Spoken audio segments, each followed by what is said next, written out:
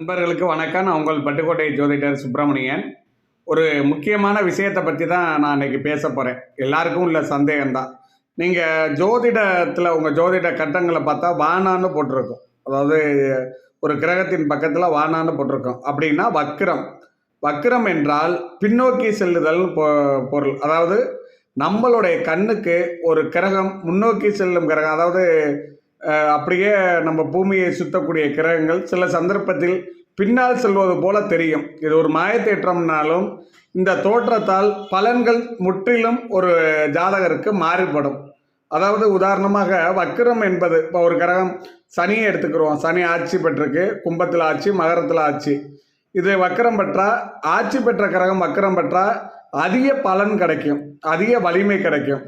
நீசமாயிருக்கு மேசத்தில், இந்த கிரகம் வக்கிரம் பெற்றால் உச்ச பவராக மாறிடும். இந்த உச்சமான துலாமில் சனி வக்கரம் பெற்றால் நீச பவராக மாறிடும். அதே மாதிரி எந்த இடத்துல வக்கிரம் வரும்போ அதோட பலம் பல மடங்கு கூறும்.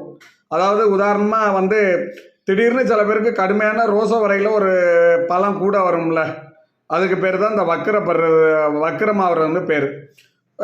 உதாரணத்துக்கு ஒரு சுக்கிரன் வக்கிரம் பெற்றாவிட உங்களுக்கு இந்த காம எண்ணங்கள் அதிகமாக இருக்கும். அது மாதிரி வக்கரங்கிறது இதன் அடிப்படையில் தான் நம்ம புரிஞ்சுக்கிறணும். அன்புடன் பட்டுக்கோட்டை ஜோதிடர் சுப்பிரமணியன்.